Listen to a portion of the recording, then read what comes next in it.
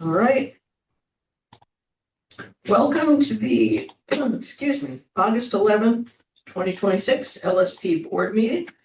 I'm Diane Baxter, Chair of the LSP board. Pause for a second.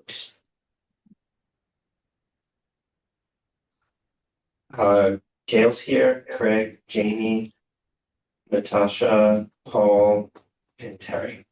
And Okay, I was just gonna welcome we have a new member today, but I don't see him participating, so maybe I'll hold off on welcoming Dave until Dave is here. I added him to the list, so he did get in. Okay, good. All right, he might just be a little behind. All right, so we'll go on, and as Dave comes in, we can go back. As always, the board encourages interactive participation. If a member of the public would like to participate, please type a question in the chat feature. I encourage all board members to turn their cameras on and ensure your cell phone is on silent. And I will now proceed with a roll call to establish quorum. David Austin. Present. Gail Batchelder. Present. Kathy Campbell. It's a no. Craig Ellis. Present. Kirk Franklin. Nope. Dave Gordon. Nope. Greg McBride. Yeah. Paul McKinley. Present. Deirdre Manoyo. Not present. Jamie Smith. Present. Oh, Deidre's here. Okay, Deirdre Manoyo, we're doing roll call. Here. Thank you. And Diane Baxter is here. Okay, so we do have quorum. We may have others trickle in. Diane, I just want to let you know, I just got an email from Dave Gordon. He said he'd gotten the panelist email and I think was a little confused about how to get in. And I said he just needs to use the link in that email to go enter the Zoom meeting. So hopefully he'll be here shortly. Okay, great. In the meantime, why don't we have the people in the room introduce themselves? Chris Borges, Mass DEP. David Austin, board member. Matt Line, staff member of the board. All right, and I already introduced myself. All right. Oh, David's here.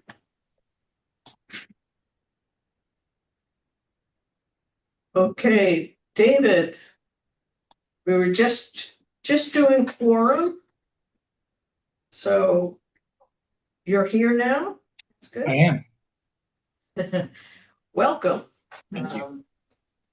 And while I'm at it welcoming Dave, I'd like to welcome Dave Gordon as our newest member of the LSP board today.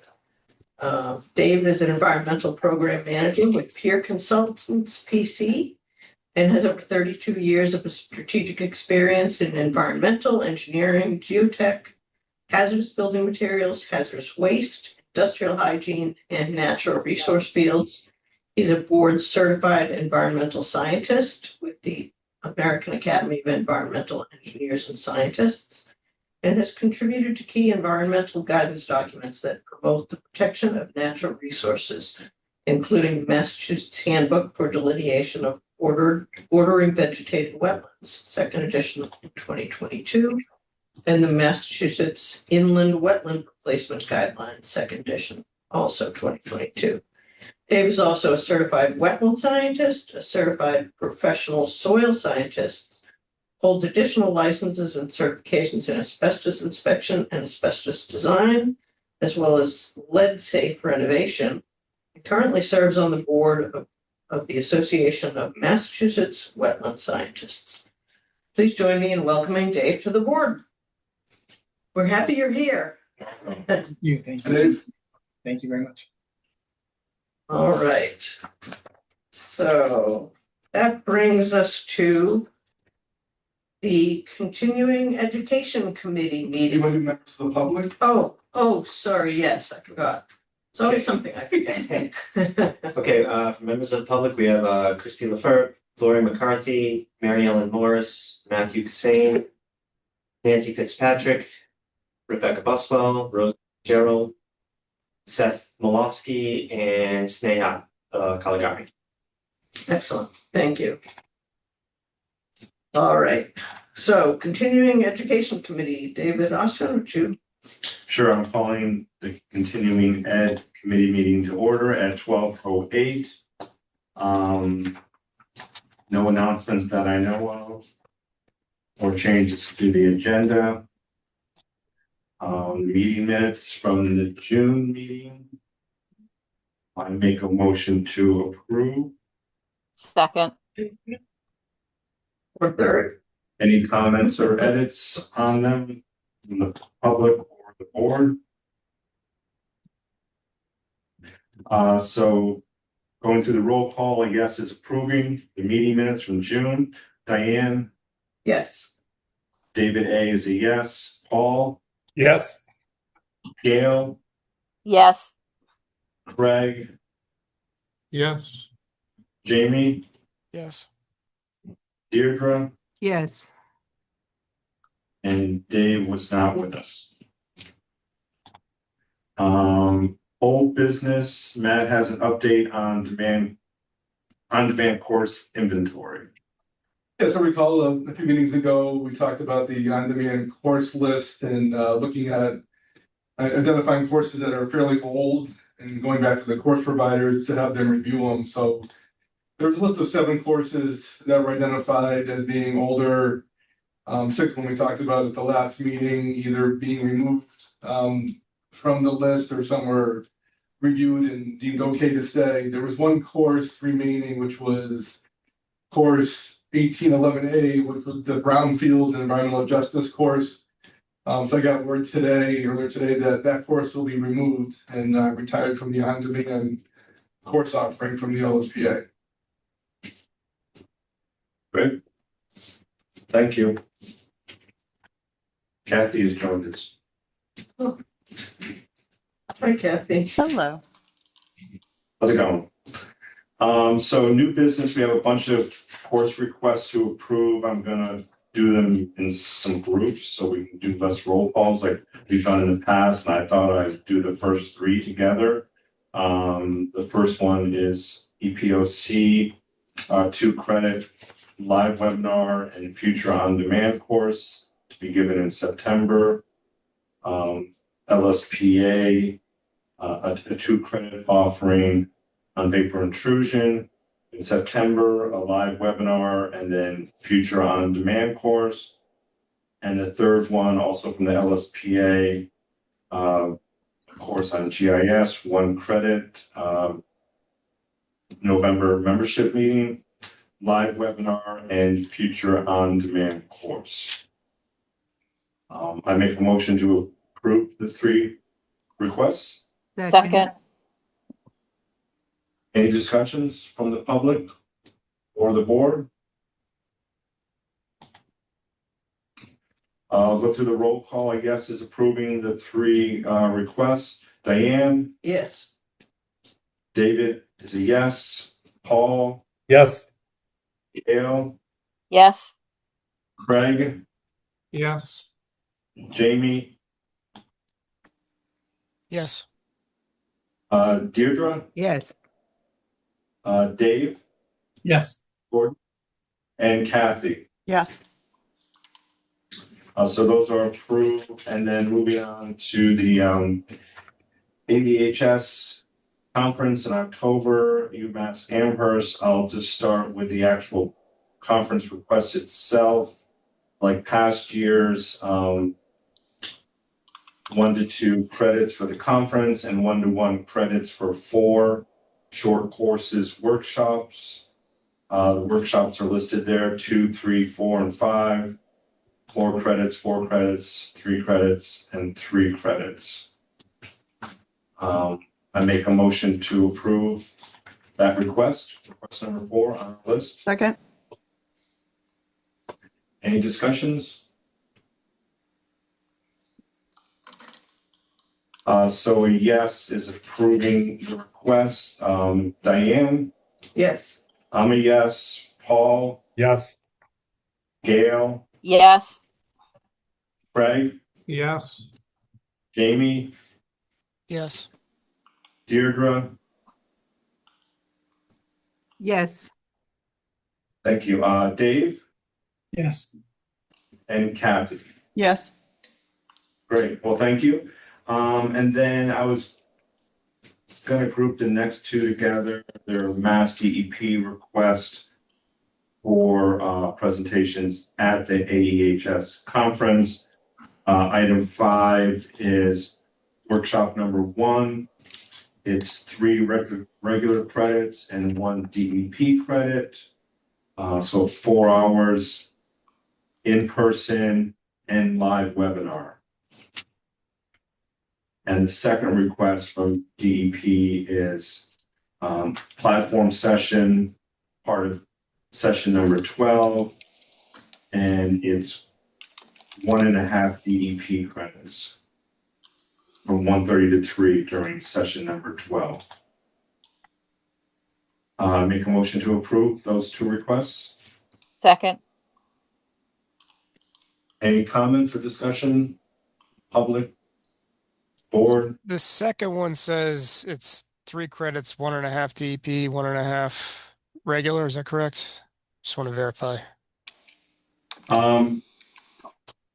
The first one, number 5 on the list, is 3 credits regular and 1 DEP credit for a total of 4 workshop. Number 6. Number 6, I don't have 3 credits list. I only have. Oh, I crossed out the 1.5 regular because that's a typo. It's only 1.5 DEP credits. Well, section 12, it's an hour and a half for DEP credits and an hour and a half for just regular credits. I didn't read it that way. Okay. Is that the way it is? Yeah, it's one session. Okay. So you sign into the whole thing. Yeah. 1:30 to 5. So 6 total. 3 3 total. Okay. Split. So I revised to include the 1.5 regular credit. Thanks, Jamie. Problem. Motion to approve. Any other comments? Discussions? So yes is approving those 2 requests. Diane, Yes. I'm a yes. Paul, Yes. Gail, Yes. Greg, Yes. Jamie, Yes. Deirdre, Yes. Dave, Yes. and Kathy. Yes. The last group of new requests are 2 items. Request by Mass DEP, also at the conference, 1.5 DEP credits, in-person presentation during session 15. And then 1 DEP credit presenting at the LSPA membership meeting in September. And that format is in person and future on demand. Make a motion to approve. Second. Any discussions? Comments? So yes is approving those 2 requests. Diane, Yes. I'm a yes. Paul, Yes. Gail, Yes. Craig, Yes. Jamie, Yes. Deirdre, Yes. Dave, Yes. and Kathy. Yes. Thank you. And then the last 2 items are course reofferings, MCP for everyone, the LSPA course instructors have changed and the course content outline is going up to 8 credits, in person, future on demand. I assume it would be 1515C. Yes, that's what I would pick. Okay. Make a motion to approve it. Second. Any discussions, comments? Roll call is approving. Yes, Diane? Yes. I'm a yes.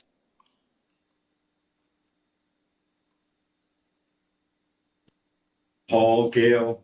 Yes. I'm a yes. Oh. Sorry. Okay, sorry. Craig? Yes. Jamie? Yes. Deirdre? Yes. Dave? yes, And Kathy? Yes. And the last request is from Mass DEP, reoffering in-person new instructors and some content change for DEP credits for non-DEP credits in October. And I assume the new one would be 1164E. Yep. Okay. I make a motion to approve. Second. Second. Any comments, discussions? Last roll call, a yes. Is approving, Diane? Yes. I'm a yes. Paul, I'm a yes. Gail, Yes. Craig, Yes. Jamie, Yes. Deirdre, Yes. Dave, yes. and Kathy. Yes. That concludes the meeting, and our next meeting will be on September 8th. That's 12/19. All right, thank you. That was an extra long committee meeting this time.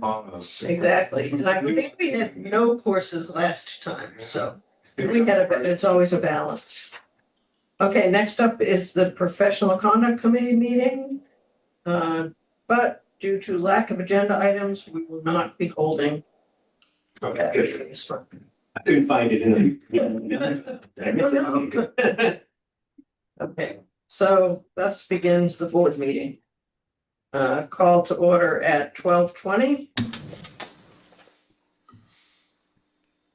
All right, I don't have any announcements. Terry, you don't either, I assume? I do have one change to the agenda.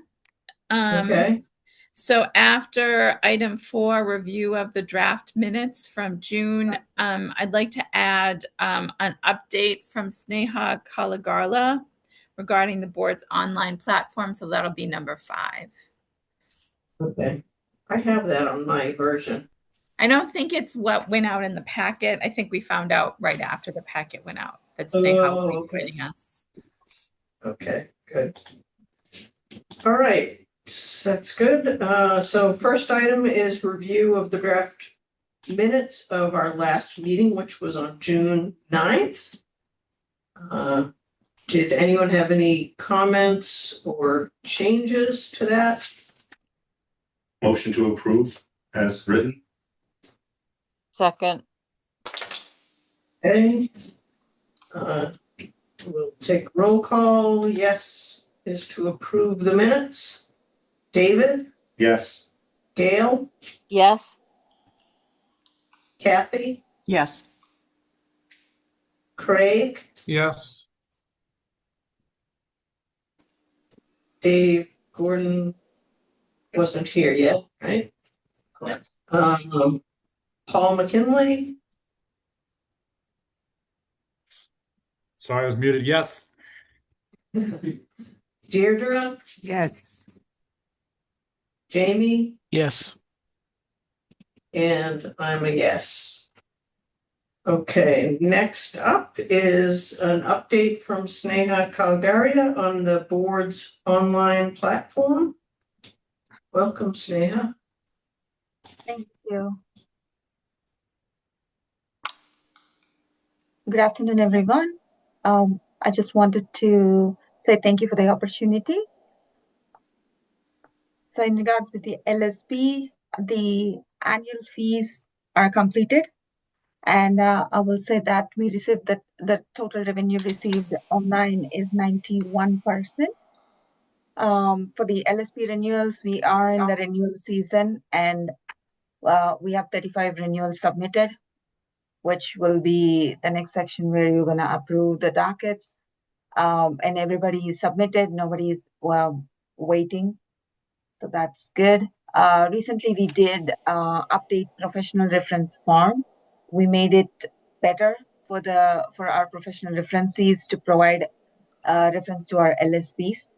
So that, and we addressed 3 production issues which are minor and are resolved within 48 hours. That's our updates for the last month. Upcoming improvements, we are working on improving the notification languages for a failed exam notification, and another change for the initial application, a couple of fields to make it more clear to the public when entering their application. That's it from my end. Any questions, concerns, suggestions? Thank you. Thank you. All right, thank you. Okay, next item is decisions regarding licensing of applicants. I think part A is the draft denial letter that we discussed last meeting. Terry, do you want to go into that one? Yeah, so there's a draft denial letter regarding Brian Gammons that was in the packet. So that draft needs to be approved by the board. And once it's approved, it'll be sent to the applicant. And so the letter explains the reasons for the denial and also instructions to appeal. So once he receives the letter, he'll have 21 days to file an adjudicatory appeal if he wants to. So I don't know if anybody has questions about the letter itself. Otherwise, there needs to be a vote on it. Did anyone have any questions?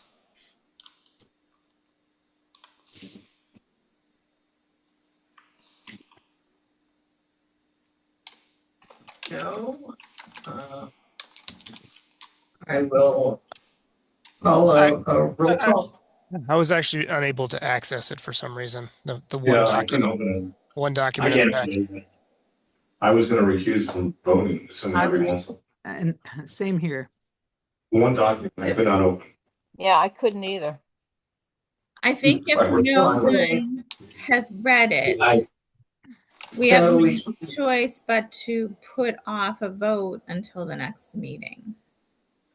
I would recommend sending it separately to everyone after this meeting, and then we can discuss and vote next time too. We can do that.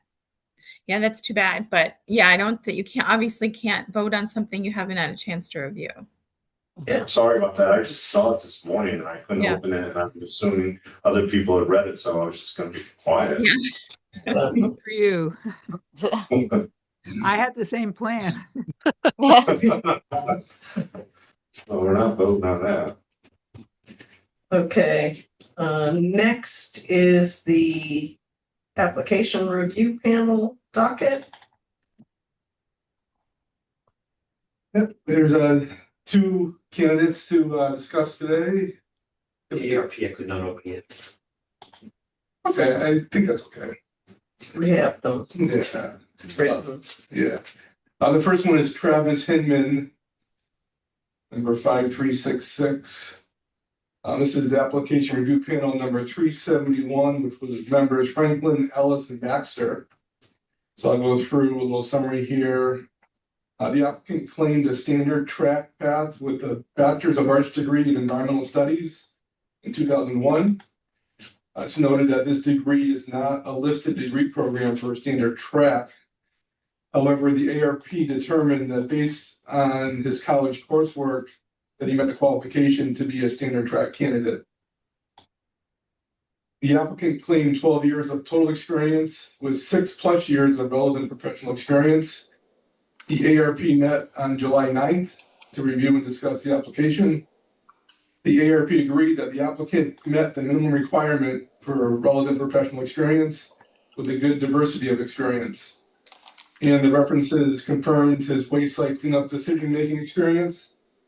So with that, the ARP recommended that Mr. Hinman be approved to take the exam. Motion to approve the recommendations of ARP 371. I second that. And start the voting with David, Yes. Gail, Yes. Kathy, Yes. Craig, Yes. let's see, Dave Gordon, Yes. Paul, Yes. Deirdre,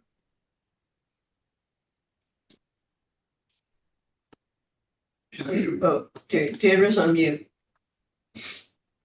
Oh, I'm sorry. Yes. Okay, Jamie Yes. and Diane is a yes.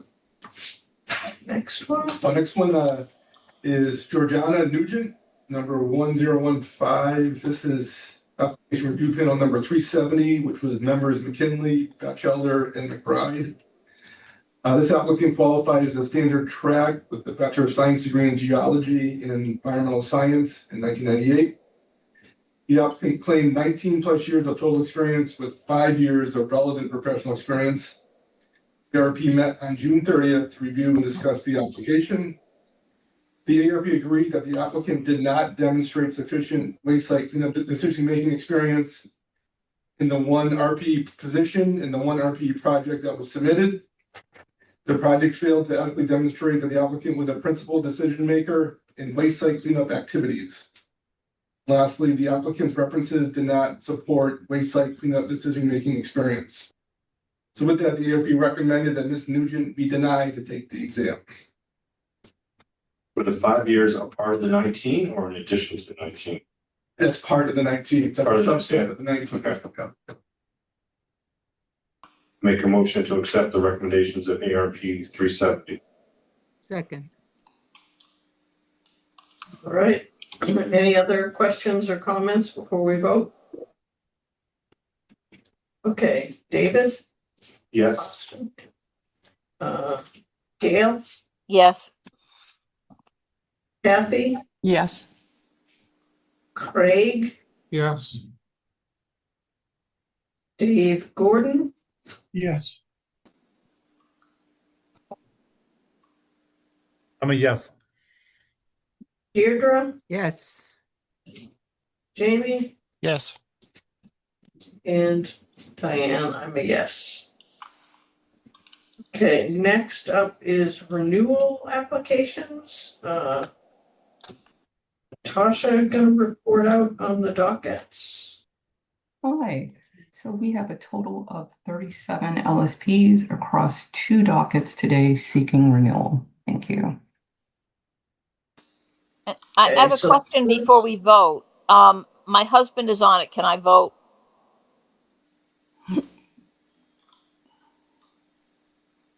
I think you should recuse. Okay. Yeah, I'm I'm confused. Okay, the first is expiration date 7:30, and they got all their stuff in by 7:30. Any questions before voting? Motion to approve docket number 1. Second. Okay, David, Yes. Gail, recused. Kathy, Yes.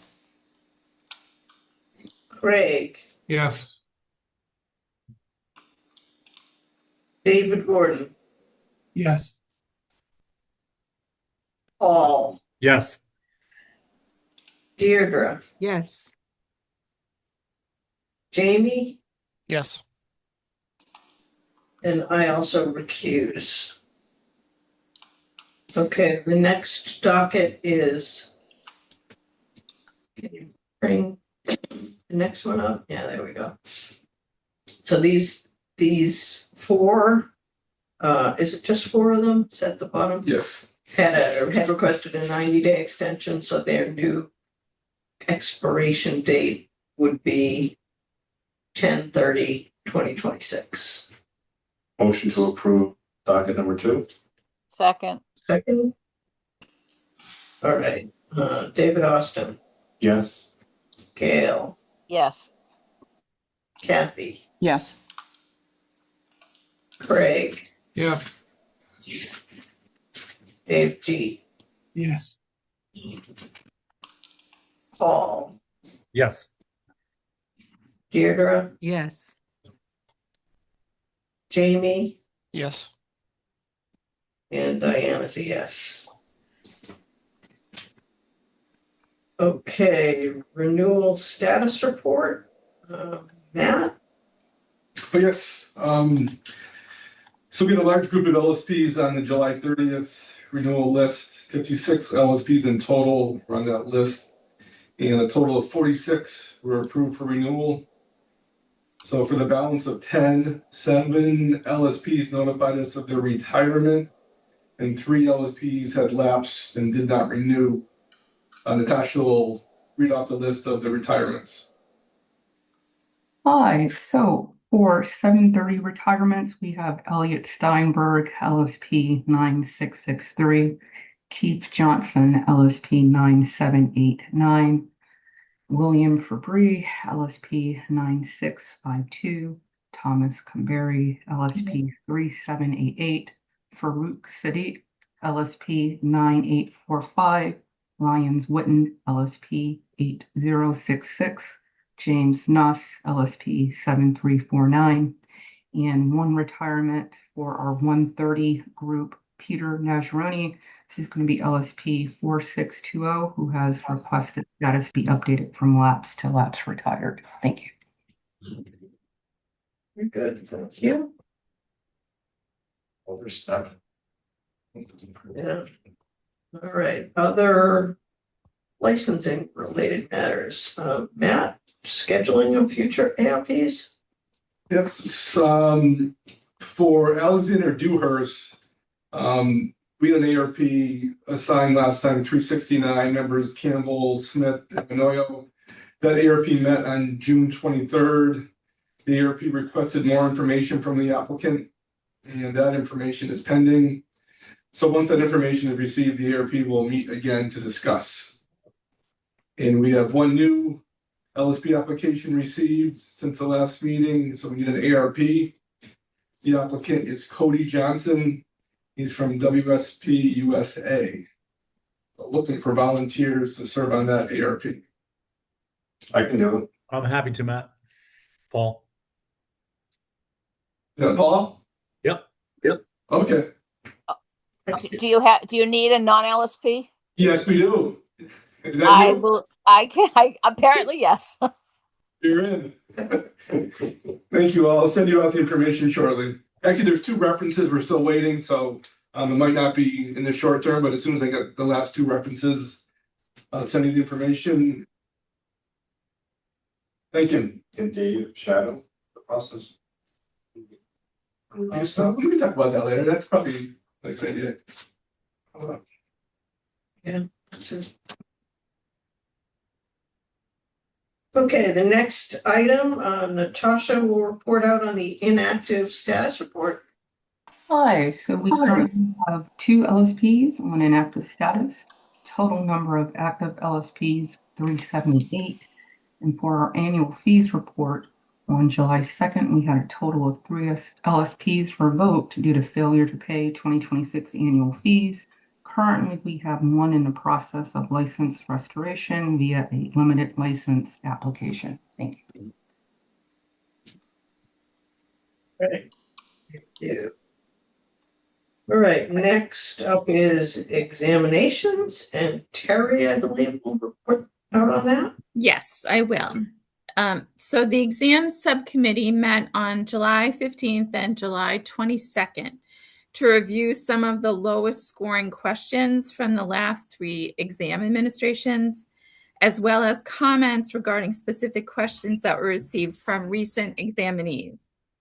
Of the 46 lowest scoring questions, 24 are old. That is, they're questions that appeared on older versions of the exam prior to the recent exam update, and 22 of the lowest scoring questions are new.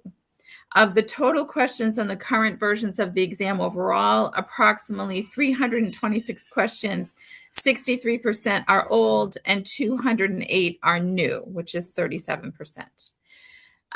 So after reviewing the lowest scoring questions, the subcommittee made edits to several of the questions and also decided to replace 2 questions with others from the bank of available unused questions. And I'm going to now report on some other things that the subcommittee looked at during their recent meetings. In response to a request from the LSPA, the subcommittee asked Chris Borges to calculate historical exam passing rates. In today's packet, there was a document that shows what those rates calculated to be. Mr. Borges calculated passing rates from 2015, when the exam first became electronic, through 2024. Historical passing rates are in the range of 36% to 87% over the years. The subcommittee also talked about in the future allowing both a paper and an electronic version of the MCP be given to examinees. The reason for allowing an electronic version of the MCP to be given to examinees is that the subcommittee recognizes that LSPs often refer to the electronic rather than the paper version of the MCP when they're doing their work. And allowing examinees to do electronic searches of the MCP mirrors what LSPs do in practice. Due to the number of guidance documents relevant to the exam and the fact guidance documents are periodically updated, the subcommittee does not recommend making electronic versions of guidance documents available to examinees at this time. So because that would be a change to how the exam is given, the board should vote on whether they agree that future examinees be given electronic copies of the MCP as well as paper versions, but not electronic versions of guidance documents at this time. So if somebody wants to make a motion in regard to that, then we should do a roll call vote. Does And if you anyone have have any questions, let me know. have any questions? Yeah, any questions or comments on that? Oh, pardon my ignorance, but do they get access to the guidance documents in any way during the exam?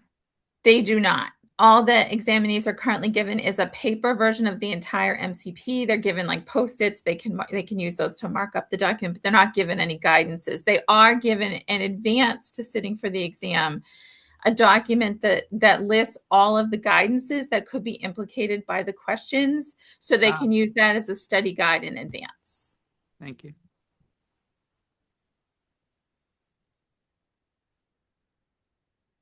Any other questions before we talk about voting? All right, so I guess I have a motion to approve adding access to an electronic version of the MCP during test taking, but not electronic versions of the guidance documents. Second, Okay. David Austin, yes. Gail? Gail is muted.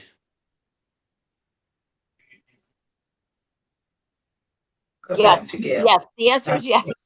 Sorry. Okay. I couldn't see you, so, Kathy Campbell, Yes. Craig Ellis, Yes. Dave Gordon, Yes.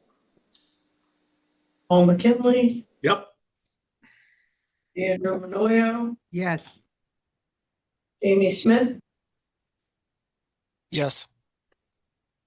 and Diane Baxter is a yes. Okay, so now the burden falls on me. I will have to work with DP's IT department to confer with them in terms of what kind of device the electronic version of the MCP should be made available to test takers. So I'll start working on that with the hope that we can have everything in place for the next exam administration in the fall. The last issue that the subcommittee talked about is trying to make strength weakness reports available in the future. So Chris Borges is working on pulling the information regarding which subject matter area each exam question falls into. He's going to pull that data from the psychometricians database that we hired to help us score the exam and pull it into the board's exam database. The purpose is once he's able to pull that data and put it into the LSP exam database, he should be able to print out strength weakness reports so that anybody that fails the exam will get a report letting them know by subject matter how they did. So hopefully that will be a useful study guide for people when they want to retake the exam. We're hoping, Chris thinks he should be able to have that accomplished in time for the exam coming up in November. So if he's able to do that, then the thought is, as a matter of course, once somebody gets notified that they failed, we'll also just send them a strength weakness report so they can use that in the future. Also, once we have that, if anybody in the past that failed that wants that, we should be able to generate that report for past test takers too, that took the test in the last few administrations and might be getting ready to take the test again. So I don't know. I don't think we need a motion or a vote on that per se, because that's not changing the nature of the test taking, but wanted to open if people have any comments or want to raise any concerns about that plan. Well, I just want to add that indicating to people who did not pass the exam their scores on the various sections of the exam was something that I know was done early on in the early portions, the early times that the exam was given. At least I don't know when it stopped, but I know it was given in the past, so it's not new. Yeah, it hasn't been done for a long time, but I remember there's historical documents that make reference to strength weakness reports. I don't know when that practice was stopped. I can't speak to that. It has not taken place since we've been giving out the electronic exams because I've never done it. I've never produced those reports, and I've been monitoring the exam since we went electronic. So it was probably pre-electronic exam. It was probably when we stopped using the testing company. Is Right. what I'm guessing. Yeah, that could be. If it's not too difficult once the data is available to do this for previous test takers, I think I might recommend that we just proactively send out to anyone that still has eligibility. Just because people might not get the memo from the board minutes that this is happening. Yeah, I agree. I think that would be very fair. In other words, if because they might be taking the exam again, they still have eligibility, and maybe they didn't pass the last exam. It would be helpful if we could do that for them too, I think. We have a question. Mary Ellen Morris asked, Terry, will you be able to make a summary version of this information available to the public? I'm thinking ahead to future education that continuing education providers can provide to help support education study efforts. Sure. I mean, I'm open to whatever Mary Ellen thinks would be most helpful to the public. And I can reach out to her. One thing I had planned was to send an email to Mary Ellen tomorrow, knowing that she'd probably be at the meeting, just summarizing everything to say that, we tried to be responsive to the letter that the LSP had sent us after the exams recently. And then she and I can discuss if she has any ideas of making that information, best available for people going forward. Can we just take a moment to show that that passing rate table? I think we didn't really stop to focus on it, and it seems kind of interesting. There's a wide range.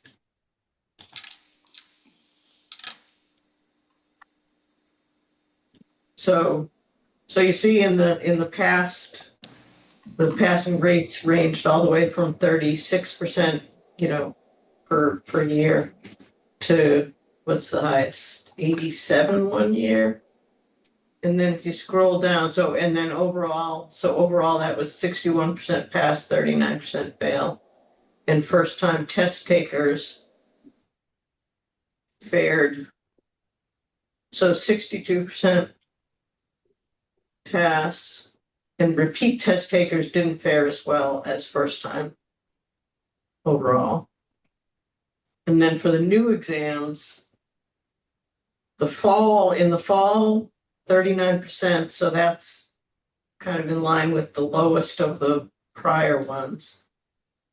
And then lower in the spring, 16.7. So that is our low.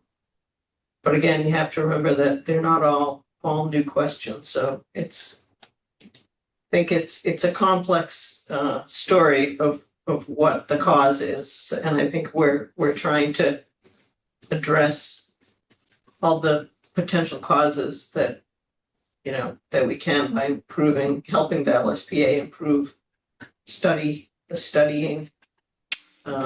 For the new exams, how many For the people new were exam, yeah.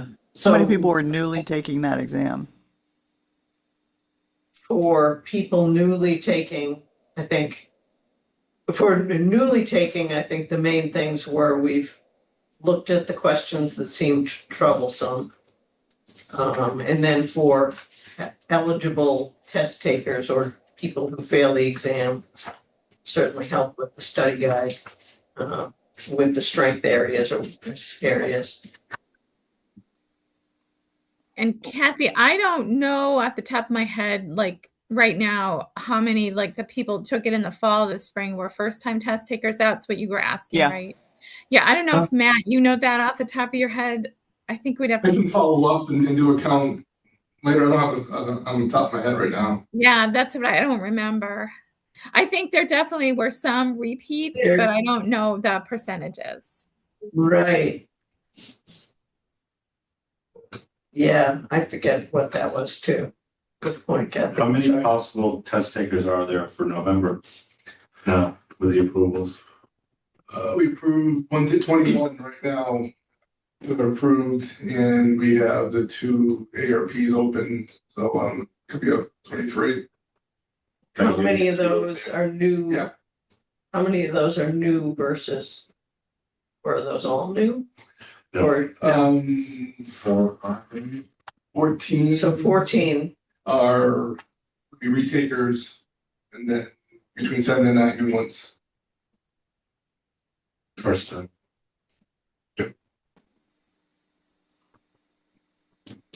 This is very concerning.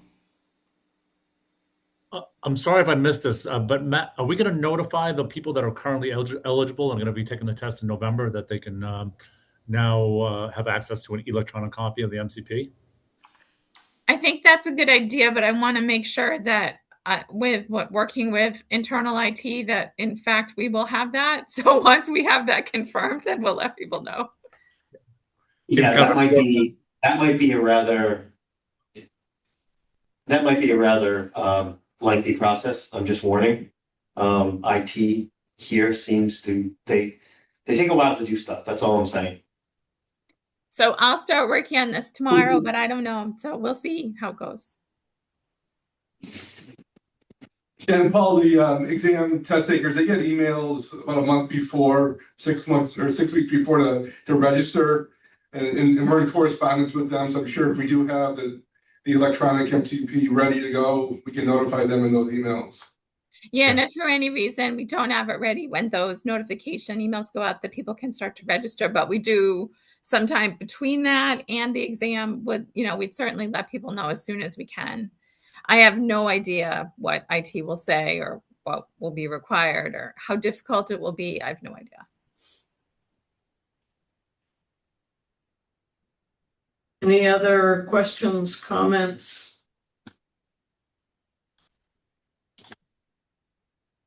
Right. So that brings us back to the Continuing Education Committee. Can we have a report from today's meeting, David? Yeah, we met today. We approved the meetings from June. Matt gave us an update on one on-demand course inventory. Approved 4 new courses, 1 conference, 3 conference-related courses, and 2 re-offerings. And among all these approved DEP credits. That's good. All right, thank you. Next, personnel budget and fees. Terry? Yeah, I have an update on the FY 2027 LSP board budget.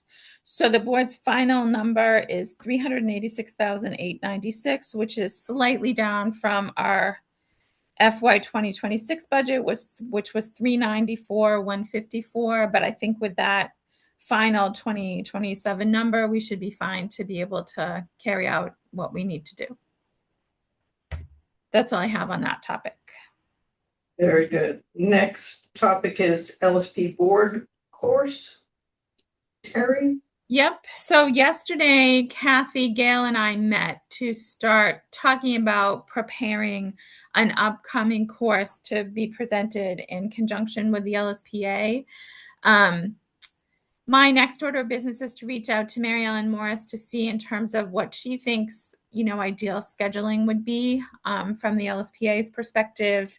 And then we're going to start putting together scenarios, which will either be issues that have come up in some disciplinary cases or relate to questions that the board has addressed in past advisory opinions. So we'll put that together, and we're thinking probably like a 2 to 3 hour course, again, in conjunction with the LSPA and what they think. So that's that update for now. Sounds good. Helpful hints document regarding applications. Terry? So at the June meeting, we had discussed possibly putting together sort of like a FAQ kind of document to give applicants some more like very sort of succinct, helpful hints regarding when to apply, things to think about, whatever. And the board thought that was a good idea and said for the staff to go ahead and put together a draft. So after that meeting, I reached out to Matt, and he looked at notes that he had taken during like recent meetings with application review panels.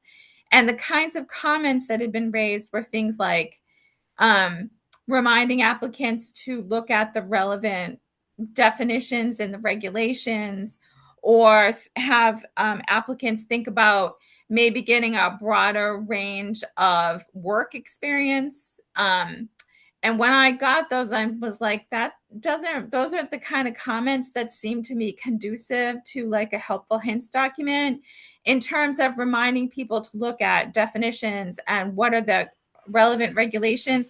We recently beefed up our application documents, including the instructions, and added links to those sections of the regs. So I don't think there's really anything else to do there that would be more helpful. And in terms of giving people sort of career advice, that didn't seem like that was appropriate in sort of an FAQ kind of document. So after that, I didn't really have anything to put into that kind of a document. So I don't know if any board members have any ideas that they think would work in that kind of a document. If so, they could let Matt or I know, and then we could work on it. Otherwise, I didn't really come up with anything that I thought would be helpful in a document separate from what's already on the website about applications. So that's all I have to say on that. Thanks for trying. Yeah, no problem. I mean, I feel like that we ought to be able to come up with some things, because I know we have a lot of these discussions during ARPs, and I'd certainly be willing to brainstorm with Matt and any other volunteers to try to come up with something that's responsive. Yeah, that would be great. Do you think that's the thing that we should have volunteers and have a meeting, or people just think on their own and then they can send any ideas to Matt and me, and then we could take another stab at it? Yeah, we could do that. I can send a few things I'm thinking of off the top of my head and see if Okay. you collect enough before the Yeah. next meeting. That sounds good. Yeah, and if anybody else has any ideas, you can shoot them to us, and then we can put them into like a, list them, discuss them at an upcoming meeting.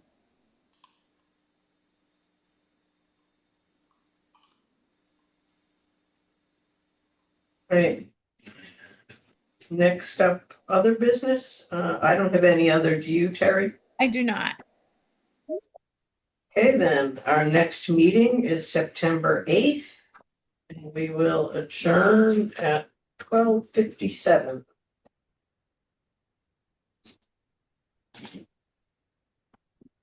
Thank you. Thank you. Thanks, Bye. everyone. Thanks, everyone. Bye. So Thank you.